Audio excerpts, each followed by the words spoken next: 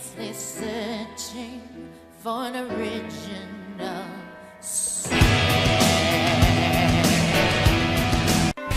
Hey guys, welcome back to Sweet Pool. We're getting closer and closer to the end of this. We might actually be ending 2 updates in a series together, which is kind of cool. You know, gotta keep remembering this is a Japanese game and the controls are reversed. Outside the chemistry lab, Yuji stopped. Tetsuo was looking towards the stairs. The air was thick with lamination, as if an invisible crowd of people were watching in torment upon the floor. Uncontrolled sobbing, groans of bitter resentment, howls of unbearable anguish. Yuji didn't know if it was real, but he could hear it. That was certain. The voices mixed and overlapping, filling the hall from the corner to corner. Then he felt his foot sink into something soft. He looked down to see what he had stepped on. The floor, which had been empty moments ago, was suddenly crawling with lumps of flesh. Yuji quickly looked up. They were everywhere, covering the walls, the ceiling, the person. A putrid, sour stench filled his nostrils. He stared agog? Somebody said that's a real word. At the gruesome spectacle. Then, overcome with panic, he turned to Tetsuo. Could he see it too? 行くぞ。でも、これじゃ。Tetsuo tightened his grip on Yuji's hand. 帰るんだろ。He spoke quietly, his eyes locked on Yuji's. Strangely enough, this helped to ease the tension in his chest. ああ。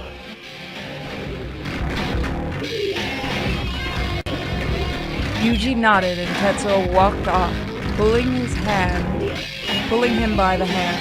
By the way, people ask why I like this over Sadistic Blood. This one has story, and it's not all torture. This is the kind of thing. This and no uta are the kinds of things I enjoy. With every step, he could feel meat being crushed under the sole of his shoe. His thoughts disgust might drive him mad. Okay, here's a translation. Nevertheless, they had no choice but to keep going. The exit nearest to the chemistry lab was a staircase leading up to the ground floor. It didn't matter, they just needed to get out, now. They ran up the stairs, then down the hallway to the shoe lockers. Hope bloomed in Yuji's chest. His leg hurt like hell, but he gritted his teeth and powered through it. Just a little farther. Alas, Yuji's hope was short-lived. Arriving at the lockers, the pair froze. They could see the front doors just ahead, but there would be no getting out that way. Not through that. The door was blocked by a barricade of flesh. Dozens of lumps piled atop one another, wedged into the handles and the hinges and the padlock, and the locks. Yuji whispered, despair taking root. Just then, the lumps by the door fell still. A moment later, several dropped to the floor. They were headed for the lockers, for Yuji and Tetsuo. They moved like slugs, but surprisingly fast, leaving trails of dark red fluid in their wake. Tetsuo yanked on Yuji's hand, and together they ran back the way they'd come. But the lumps downstairs had been following them, and the path to the basement was blocked. 上行くぞ。 Tetsuo looked up to the staircase leading to the second floor, then took off running, Yuji in tow. Once again, Yuji found himself wondering where the nightmare ended and the reality began. But now he knew that the question was meaningless. Even if nobody could see it but him, as long as this was the world he knew, then it was real, and he had no choice but to face it. Suddenly, Yuji's sight went dim. He thought that blood loss was making him dizzy, but no, this was something else. His mind, something was pulling at him. It had been so long. He heard a voice in his head.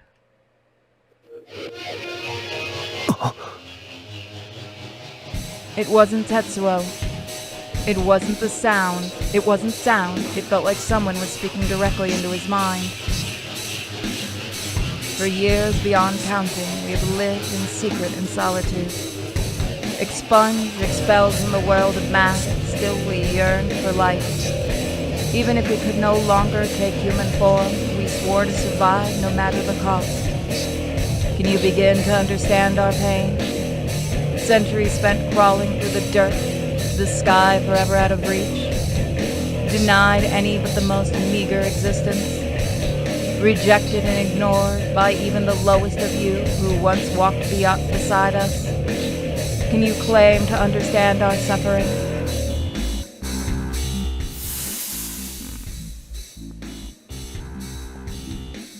I was gonna say, are you not gonna let me save? How do you do that, man?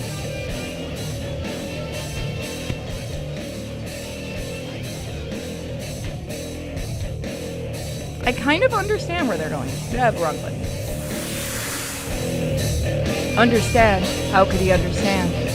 He didn't even know who was speaking to him or how. Wait. The thought suddenly occurred to him. What if the voice was coming from the flesh? His mind kept going back to what the old man had said. He claimed that these creatures were rejected by God, forbidden from ever taking human form. But even if Yuji accepted that tale, he still could not pretend to understand. You are a long-awaited mother. Your body is no longer human. You exist to bear our progeny. The preparations are complete. All that remains is for you to will it so. Are you prepared to renounce your humanity?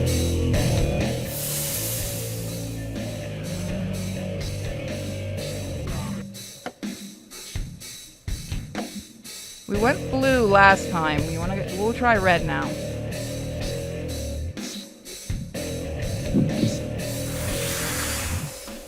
Renounce his humanity. Without question. He was ready to give up life. He was ready to give up the life he'd known. He'd already decided that no matter what, he would accept himself for who he was. He would miss Erica, of course.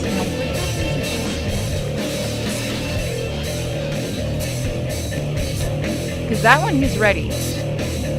I do wish they gave some kind of hint, but they don't. Loading, loading, loading. Please don't freeze. Renounce his humanity. In other words, give up life you'd known. The thought made him hesitate. He'd always thought that the world had nothing to offer him, but then his sister's face flashed through his mind. Perhaps he was more attached to the world than he knew. Only that were not so, how much easier it would be. Very well, one final question. Do you accept us? Do you accept all that we are? Okay. So we're gonna go with this path right now. I'm willing to accept you guys. We can work out something. We can work out a little something.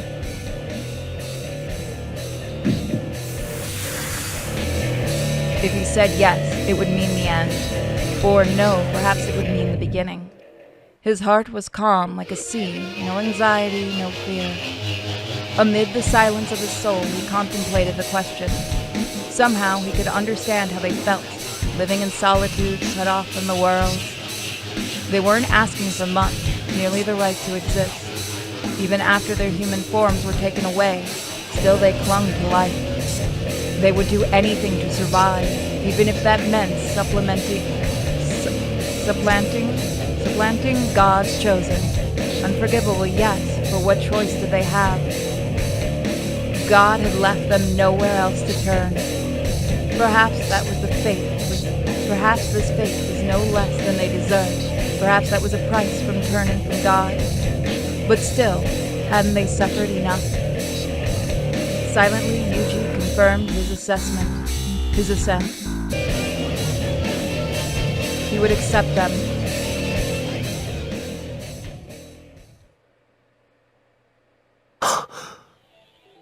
His vision cleared and he returned to reality. Had he simply lost consciousness, had time itself stopped, he found himself still climbing the stairs. Unable to keep up with Tetsuo's speed, he tripped and nearly fell. 大丈夫か Tetsuo turned around. Yuji stumbled forward, struggling to keep his balance. It felt like he'd awoken from a long dream. They'd reached the 3rd floor landing and kept going. At least the door to the rooftop was in sight. Oh, this is not going to end well for anybody. They're not here. Katani pushed open the chapel doors to find a vast empty space waiting. Rows of vacant pews, a single solemn crucifix. No one was here. He'd guessed wrong. Katani cursed and turned on his heels. With terms like ritual and holy ground being thrown around, he'd been so sure they would be at the chapel. What other part of the school could it be? He wasn't that familiar with the campus, so he had no idea where to begin. Katani dashed through the courtyard, back into the main building. The strange, restless presence was more distinct than ever now. He could practically feel hot breath against his neck. Before he could take another step, he noticed that the hallway was littered with glistening chunks of meat about the size of his palm. Upon closer inspection, they appeared to be moving. Then the lumps of meat pulsed and wiggled on the floor. But just as he was wondering what they were, one of the lumps suddenly lurched in his direction. Reflectively, he stomped on it hard. There was a disgusting wet squish from beneath his heels. The lump twitched in spasm, then fell still. なんだこれは More of the lumps were wriggling toward him now. Unable to process what he was seeing, Katani began to kick away. Just then, he thought he heard a voice. It sounded like it was coming from the stairs leading down to the basement. There was no time to waste. Katani darted around the flesh lumps and dashed down the stairs. As he proceeded down the dim corridor, he noticed a bright lit classroom up ahead. The door was open and the sunset was streaming in through the windows. He peered cautiously through the open doorway. Immediately, he was struck by a strong coppery smell. Terror seized him, and he burst into the room. What he found inside shocked him to the core. The floor was covered in so much blood, he thought for a moment that it might be paint. The thick metallic smell made him cover his mouth. The room was full of the same flesh lumps he had seen in the hallway. What had happened here? As he gaped at the horrific sight, his eyes landed on a familiar shape. No, it couldn't be. His heart pounded in his chest. Sweat dripped from every pore. He drew a shaky breath and swallowed hard. This wasn't happening. 親父 He's shouting at the top of his lungs. Katani ran to Konahito's side. Katani, empty eyes stared up at the ceiling. His mouth hung open as in a stupor. The pained wheezing pushed past his lips. A dark stain had spread across his clothes. Had someone stabbed him? The stain was centered on his stomach. Katani felt a surge of rage. A large swollen lump of flesh had crawled into the wound. Its wriggling motions overwhelmed him with disgust. くそ He grabbed hold of it and yanked hard. There was a wet, tearing sound as the lump came free. Then he flung it to the ground. It was still twitching. In a flash, Katani pulled the gun from his belt and clicked the safety off, took aim at the lump and pulled the trigger without a second thought. The shot was deafening. As the bullet pierced its flesh, the lump began to sizzle. It spasmed for a moment, then slowly melted into an ocean of blood, until all that remained were a few frothy bubbles. After he was certain that the loathsome thing was gone, Katani clicked the safety back on and turned to Konahito. Gently, he touched his shoulder and nearly recoiled. His body was cold. 親父 There was no answer. Konahito's eyes were blank, unseeing. A black ocean of grief rose to swallow his heart. He squeezed his eyes shut, struggling to keep himself whole. There was no hope left now. But then, just as despair took hold, Katani heard a sound.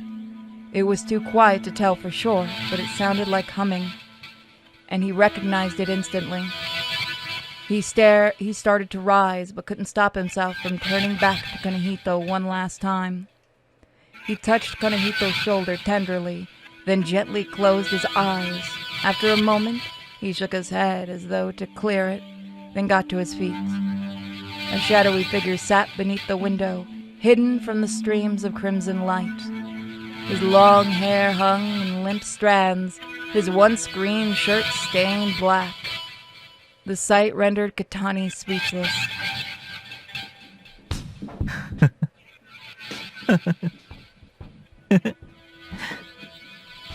Xenia was laughing. His right eye had been beaten nearly beyond recognition, and he was covered from head to toe in blood.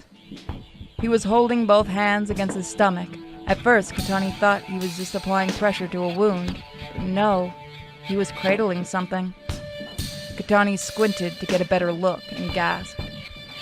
Xenia's blood-soaked hands were cradling a large wet mass spilling out of his open wound. 俺、メスでもないのに、出来損ないなのに、子供、生まれちゃったのかな。His face was deathly pale and covered in blood, and yet he looked content. It was all Katani could manage to say. His worst nightmare was unfolding before his eyes. His mouth and throat were as dry as a desert. Nevertheless, he approached the boy slowly, one step at a time, praying that this was all just a bad dream. He came to a stop next to Xenia and let out a breath. Ignoring the hitch in his throat, he lowered himself to his knees. He sat gunned down on the floor. Xenia's unfocused gaze turned his way. Kitani. A flicker of relief touched his heart. Xenia was conscious. He could still see. Kitani. これ、あげる。子供、あげる。He spoke. Xenia offered up his intestines with a smile. Drops of red splattered the floor.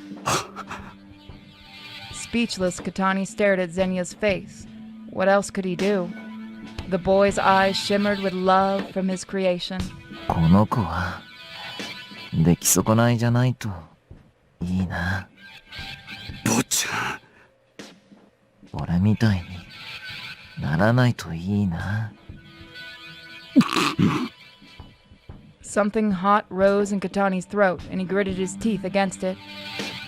Instinctively, he reached out and put an arm around Xenia's shoulder. In response, Xenia leaned against him, and Katani pressed back in kind, gentle support, supporting his weight. Perhaps the motion was painful. The boy winced, then smiled up at Katani. Kitani.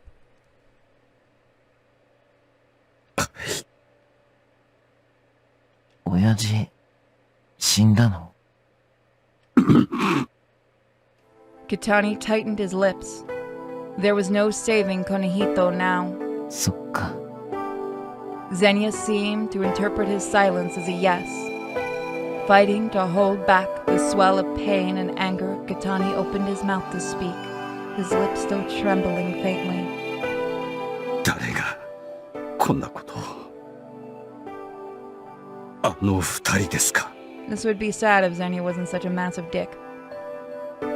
Sokiyama, Yuji, and Shiranuma Tetsuo. He couldn't think of anyone else it could be. あの二人、同じだったんだよ。俺と、オスとメスでさ。Katani recalled what he'd read in the notebook. Those kids were hosts. 彼らはどこへ。さあ、でも、多分、まだ、校内にいるんじゃないかな。体、 Xenia broke. 肉が、うずくからさ。You done, Xenia? Good. Xenia broke into a fit of coughing. Fresh blood gushed from his wound. 必ず捕まえます。 I'll avenge you both. A vicious beast howled inside him. His blood boiled hot with rage. 北に俺ね、なんかもうどうでもよくなっちゃったの。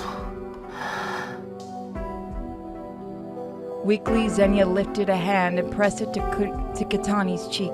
とにかくもうさ、やりたいようにやろうって思って、あいつに負けちゃったけど。Blood poured from his mouth. もう喋らないでください。今から病院へ行けば。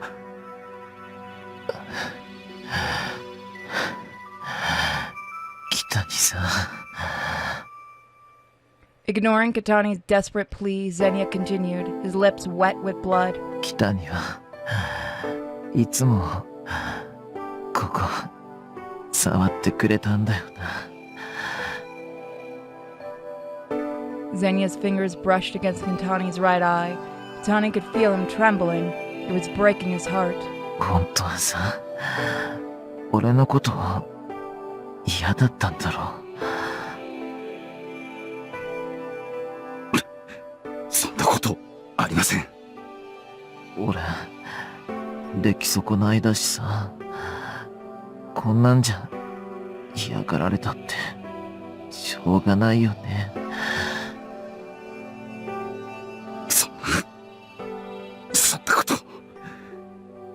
そんなこと関係ない。 Again, Xenia vomited blood, but this time the amount was far greater. It splattered crimson across his chest. Slowly his eyes began to close, a curtain descending on his final moments. Xenia! Before he knew it, the name had left his lips. The boy slowly opened his eyes. His lips curled into a tiny smile. いや、だって。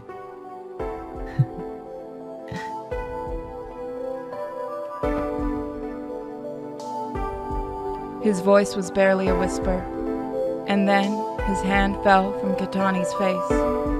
The light vanished from his half-lidded eyes, and his shallow breath slowed to a stop. Kitani gritted his teeth and squizzed his eyes. Kitani. Sorry, I think I broke the dramatics. Kitani gritted his teeth and squeezed his eyes shut. It felt like his entire body was on fire. Unable to suppress the grief rising in his throat, he let out a sob. Everyone he cared about was gone. Now he had nothing. Nothing to protect. What good was he? What use was he to anyone? He had lost everything. The tears didn't come. Kitani gently closed Xenia's eyes and laid his body down on the floor. He then picked up his gun and clicked the safety off.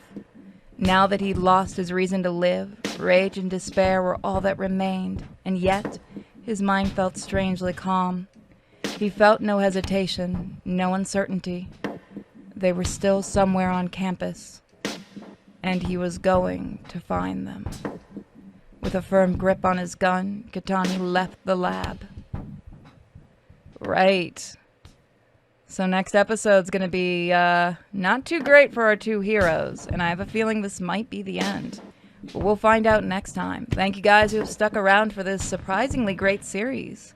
And we'll see you next time for more, and maybe the end of Sweet Pool. Bye, guys.